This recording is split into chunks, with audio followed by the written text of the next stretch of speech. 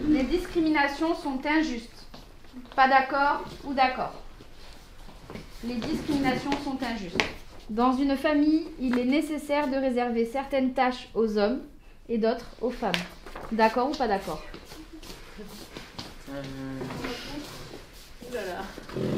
Ok, alors on va commencer par poser la question.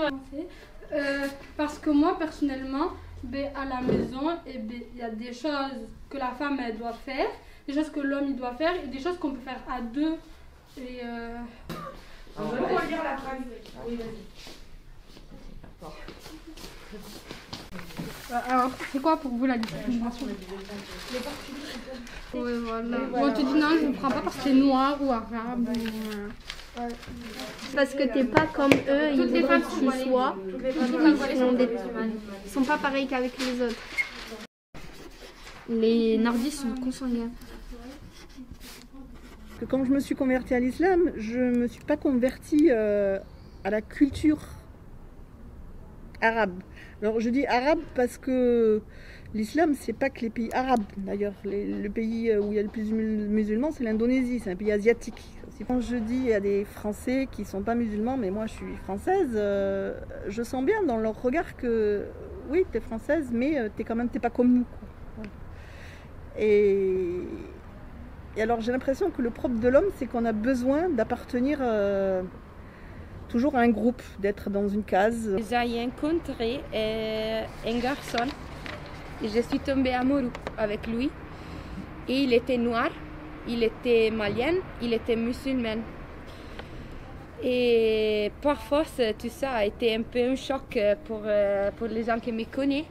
C'était un peu dur de l'accepter aussi.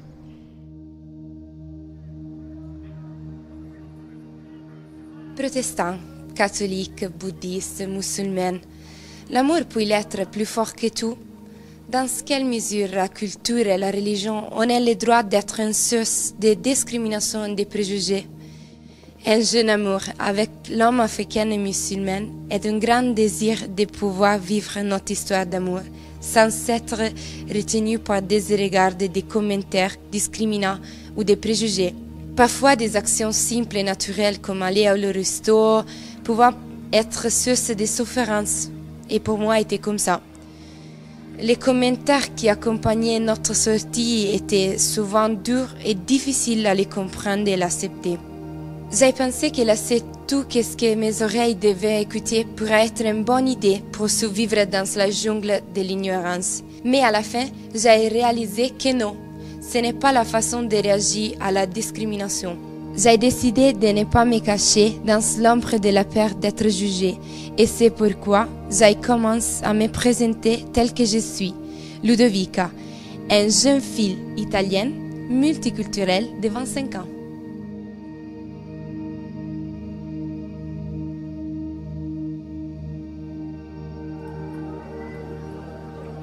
Je m'appelle Claire et j'ai 52 ans.